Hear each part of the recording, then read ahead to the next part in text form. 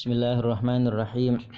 Nawaitu ta'alluma wa ta'lim wa tadhakkura wa tadhkir wa naf'a wal intifa' wal ifadata wal istifadah wal hatha ala tamassuki bi kitabillahi wa sunnati rasulih sallallahu alaihi wasallam wa du'a ilal huda wa dalalata alal khair ibtigha'a wajhillahi wa mardatihi wa qurbihi wa thawabihi subhanahu wa ta'ala. Bismillahirrahmanirrahim. Qala al-muallifu rahimahullah ta'ala wa nafa'ana bihi wa bi'ulumihi fid dharaini amin. Faslun innama yasihun nikah bi ijabin wa huwa zawwajtuka au ankahtuka. Faslun innama yasihu sesungguhnya sah an nikahu itu nikah bi ijabin dengan menggunakan ijab.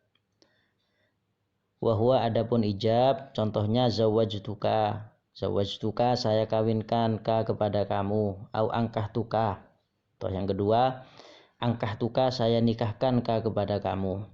Wa qabulin dan sah wa qabulin dengan sebab ada qabul, ada penerimaan, ada serah terima. Jadi penyerahan berupa ijab, wa qabulin dan qabul penerimaan. Bi ayyakula contohnya bi ayyakula sekiranya berkata itu az-zauju seorang suami, tazawwajtu saya kawin anakmu, au nakahtu saya nikahi anakmu. Atau au qabiltu atau saya terima nikahnya perempuan ya, atau nikahnya anakmu. Au tazwijaha atau kawinnya anakmu atau ya perempuan yang dimaksud. Jadi dalam akad nikah itu ada satu di antara kewajibannya atau rukunnya adalah adanya ijab dan qabul, atau singkatnya sighat yang berupa ijab dan qabul.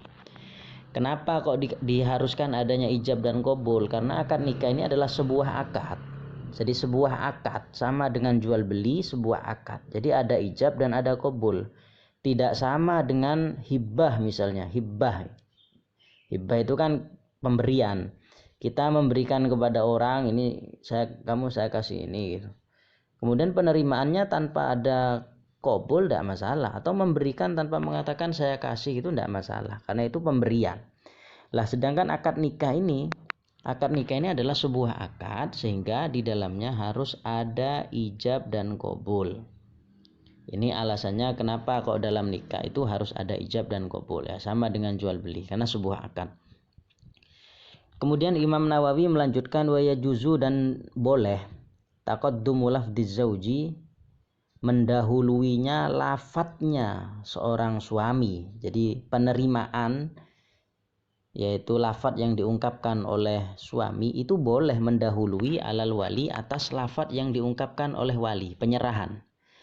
Jadi suaminya mengatakan saya terima. Jadi penerimaan diawalkan gitu. Kemudian ijabnya diakhirkan. Itu tidak masalah. Ya, karena dalam jual beli juga begitu. Kalau orang mengatakan saya jual ini kepadamu, kemudian dijawab ya saya beli, atau dibalik pembeli dulu mengatakan saya beli ini kepada kamu harga sekian misalnya, kemudian iya saya jual kepadamu, itu tidak masalah, sah gitu.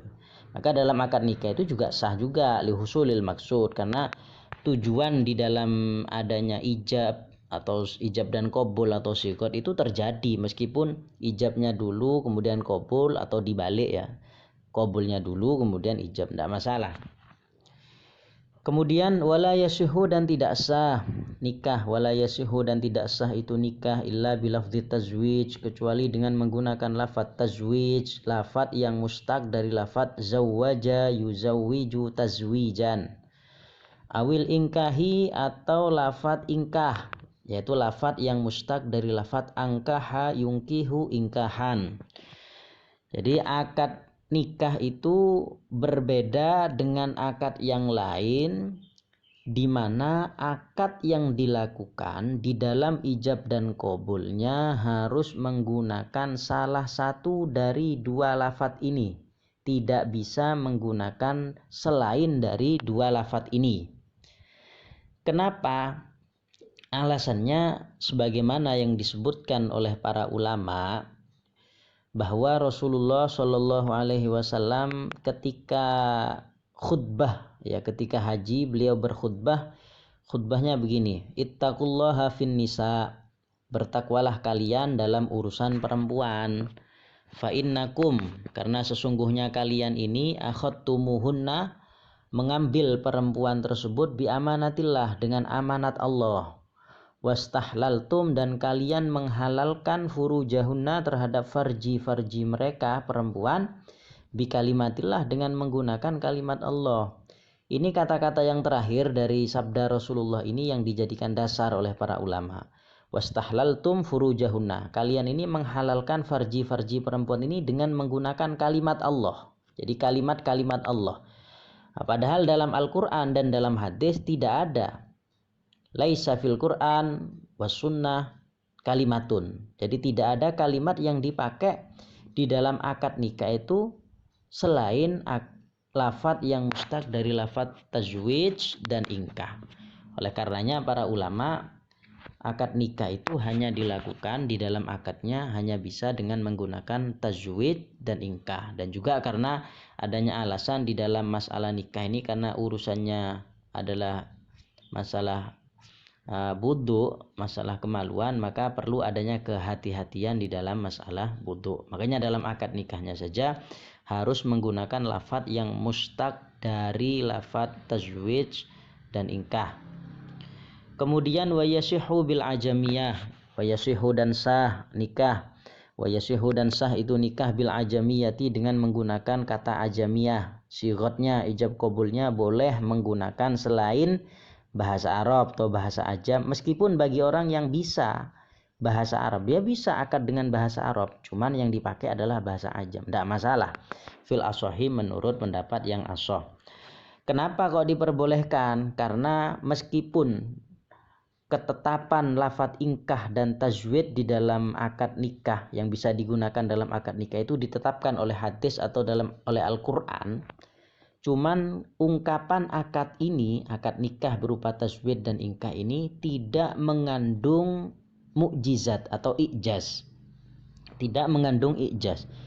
Atau kita gampangnya kalau kita samakan dengan masalah sholat, kalau sholat itu orang yang tidak mampu membaca Fatihah misalnya, orang yang tidak mampu membaca Fatihah, maka Fatihahnya tidak boleh diganti dengan terjemahan selain bahasa Arab, tidak boleh, karena Fatihah itu adalah ayat Al-Quran yang di dalamnya mengandung mukjizat, sehingga kalau diganti dengan bahasa selain Al-Quran, maka mukjizatnya atau ijaznya akan hilang.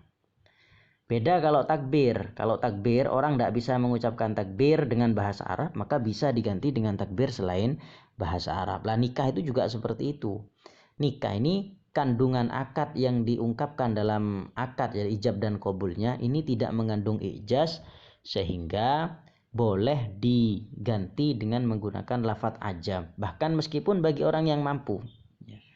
Nah, kemudian kalau dalam nikah itu sendiri, dalam keterangan yang lain disebutkan, orang yang akad nikah itu tidak harus memahami makna dari akad nikah yang diucapkan, angkahtuka wa zawwajtuka, ini maknanya apa? Tidak harus tahu. Yang penting dia faham kalau ungkapan itu diletakkan untuk ijab dan qabul atau serah terima di dalam nikah.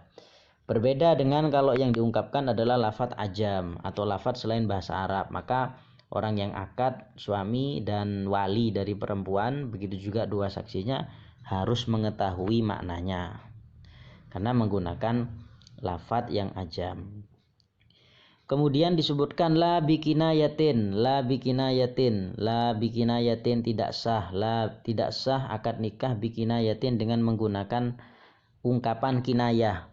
Kalau istilahnya itu ada dua, ada lafadz soreh itu yang jelas, jadi maknanya tidak bisa diarahkan ke makna yang lain, hanya bisa diarahkan kepada makna nikah. Jadi kalau orang mengatakan angkahtuka wa zawwajtuka, itu arahnya pasti maknanya nikah, saya nikahkan, saya kawinkan, tidak bisa diarahkan kepada makna yang lain. Misalnya saya izinkan anak saya untuk jadi pelayan di rumahmu, maknanya itu tidak bisa, jadi maknanya hanya tertuju kepada nikah.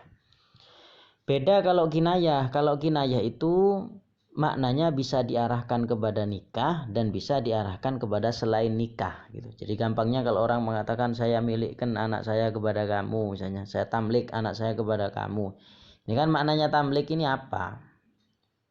Bisa nikah, bisa selain nikah gitu, atau saya abah tukah gitu misalnya. Itu kan bisa nikah, bisa selain nikah. Ini adalah lafadz-lafadz kinayah. Lah nikah itu tidak sah dengan menggunakan lafadz-lafadz kinayah. Kalau dalam tolak ya, kan dalam tolak itu ada istilah lafadz-lafadz yang soreh, ada istilah lafadz-lafadz yang kinayah.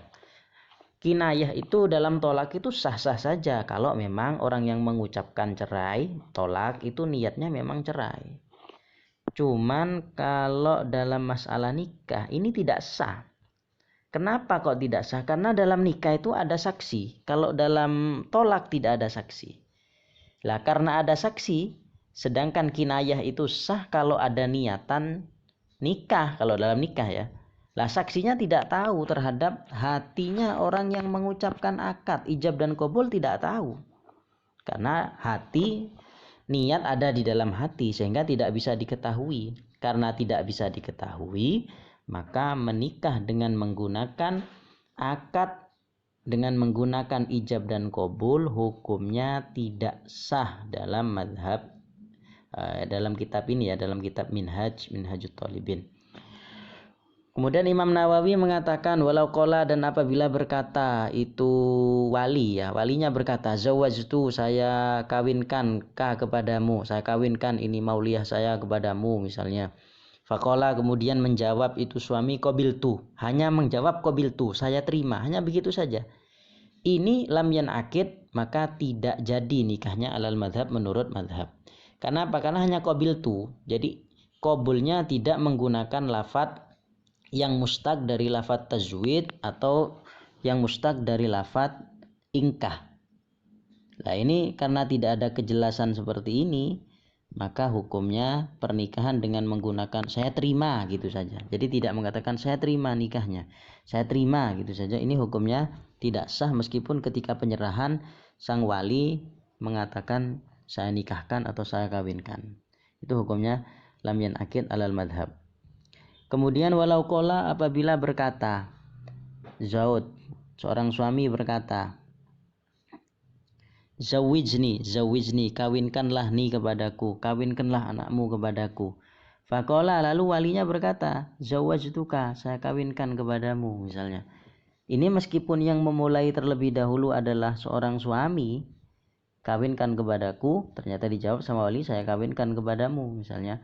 Ini tidak masalah, hukum pernikahannya sah. Karena apa? Karena lafadz yang diungkapkan baik oleh wali atau oleh suami adalah lafadz yang di dalamnya mengandung salah satu dari dua lafadz yang dilegalkan di dalam dijadikan sebagai lafadz dalam ijab dan qabul, yaitu lafadz tazwij. Au qala al wali, atau berkata al wali, itu wali berkata tazawwaj, nikahilah ha terhadap itu perempuan mauliyahku, nikahilah terhadap perempuan. Lalu dijawab sama yang sang suami tazawwajtu, ya saya nikah, saya kawini gitu. Nah ini kan hal yang seperti ini karena masing-masing ijab dan qabul mengandung kata yang mustaq dari tajwid, maka sahha, maka itu hukumnya sah. Wala yasihu, dan tidak sah. Lanjutnya wala yasihu, dan tidak sah itu nikah. Wala yasihu, dan tidak sah taklikuhu, mentaklek nikah. Jadi mentaklek itu menggantungkan. Seperti idza jaa syahr, kalau saya nikahkan kepadamu anak saya ketika datang tanggal 1 bulan Syawal misalnya. Itu hukumnya tidak sah karena di situ ada dalam akad ada taklek, menggantungkan akad nikah. Atau contoh yang lain, walau busyira, apabila diberi kegembiraan, diberi bisyarah seseorang biwaladin dengan anak. Istrinya masuk rumah sakit melahirkan, ternyata lahir. Ketika dengar berita lahir dia berkata, faqala, maka berkata, in kana, apabila ada itu walad, kalau ternyata anak yang lahir itu unsa adalah perempuan, faqad zawajtu, maka sungguh saya nikahkan kepadamu. Nah ini kan kalau anak yang lahir itu perempuan, maka saya nikahkan kepadamu. Ternyata dijawab saya terima nikahnya. Itu hukumnya tidak sah karena akad nikah atau ijab yang disebutkan itu masih ditaklek atau digantung dengan kata-kata kalau memang perempuan. Auqala, atau berkata, seorang wali berkata, ingkanat, apabila ada binti anakku, apabila anakku tulikot sudah dicerai, wa taddad, dan sudah melakukan iddah saat ini, faqad zawajtuka, maka sungguh aku nikahkan kepadamu misalnya. Nah, ini hukumnya juga tidak sah karena pernikahan ditaklek atau digantungkan dengan kata-kata tulikot dan kata-kata i'tadat kalau sudah tercerai dan sudah melakukan iddah. Fal madhab, maka menurut pendapat yang madhab, contoh-contoh tersebut butlanuhu adalah hukumnya batal. Butlanuhu, batalnya akad nikah tersebut. Wala tauqituhu, dan tidak sah memberi waktu akad nikah, ya seperti nikah mut'ah gitu. Nikah mut'ah itu hukumnya tidak sah dan haram. Pelakunya kalau berhubungan zina nanti. Jadi an nikah ila ajal. Jadi melakukan akad nikah sampai batas waktu yang ditentukan. Ini kawin kontrak ini. Wala nikah syigor wala yasihu nikah syigor gitu. Wala, dan tidak sah nikah syigor, nikah syigor. Apa nikah syigor? Di sini langsung dicontohkan oleh Imam Nawawi, ya. Wahwa, adapun nikah syigor adalah zawajtu saya kawinkan ka kepadamu ha perempuan, mauliyahnya. Ala, dengan syarat antuzawij, dengan syarat antuzawijani, kamu mengawinkan ni kepadaku bintaka, anakmu. Saya kawinkan anak saya kepadamu dengan catatan kamu juga mengawinkan anakmu kepadaku. Nah gitu. Wabut ukulin, adapun kemaluan masing-masing satu dari anak, ya anak yang saya nikahkan dan anaknya teman saya yang dinikahkan kepada saya, masing-masing kemaluannya sodakun, menjadi mas kawin, lil ukhra, untuk yang lain. Jadi buduknya atau kemaluan anak saya jadi mas kawin untuk pernikahan saya dan anaknya teman saya, begitu juga anaknya teman saya jadi mas kawin pernikahan antara dia dengan anak saya. Itu nikah syigor. Alasan yang diberikan oleh para ulama kenapa nikah syigor ini, ya ini juga pernah ya terjadi di zaman jahiliyah, juga terjadi. Kenapa kok nikah syigor ini dianggap batil atau tidak sah? Alasannya adalah pendapat yang kuat mengatakan adanya tasyrik di dalam wudu. Jadi kemaluan yang dijadikan mas kawin itu, selain dijadikan mas kawin, juga dijadikan sebagai tujuan dalam akad. Kalau istilahnya dalam jual beli itu, selain dijadikan barang yang dijual atau barang yang dibeli, dan juga dijadikan sebagai pembayarannya. Jadi saya menikahi anaknya teman saya, tujuannya adalah buduknya. Pembayarannya dengan apa? Dengan menggunakan buduknya anak saya misalnya. Begitu juga teman saya. Nah, itu kan tasyrik fil bud'i. Jadi hukumnya batil. Sebagian ulama hukum batilnya ini disebabkan karena dalam akad tersebut tidak ada mas kawin yang disebutkan, karena mas kawin berupa buduk tersebut tidak sah. Cuman pendapat ini lemah. Kenapa? Karena pernikahan itu kalaupun di dalamnya tidak menyebutkan mas kawin, nikahnya tetap sah. Cuman mas kawinnya pakai mahar misil. Maka pendapat ini dianggap, alasan yang kedua ini dianggap tidak kuat. Kemudian Imam Nawawi melanjutkan, fa'ilam yaj'al, apabila tidak menjadikan itu seseorang al-bud'a terhadap kemaluan sodakon menjadi mas kawinnya, fal asoh, maka menurut pendapat yang asoh asihah. Jadi kita menikah dengan anaknya teman kita juga menikah dengan anak kita, itu sah selama mas kawin, selama bukan menggunakan praktek syigor atau tidak menjadikan kemaluan dari masing-masing anak sebagai mas kawin. Jadi hukumnya sah. Kemudian walau samaya, apabila menyebutkan keduanya, yaitu saya dan teman saya misalnya, malan terhadap harta sebagai mas kawin. Mas kawinnya disebutkan berupa uang misalnya. Ma'ajak lil bud'i, serta menjadikan buduk atau menjadikan kemaluan sodakon sebagai sodak. Jadi mas kawinnya selain uang, buduknya juga dijadikan, atau kemaluannya juga dijadikan mas kawin. Batola, maka demikian itu juga batal, pernikahannya batil, tidak sah fil asohi, menurut pendapat yang asoh. Wallahu a'lam bissawab.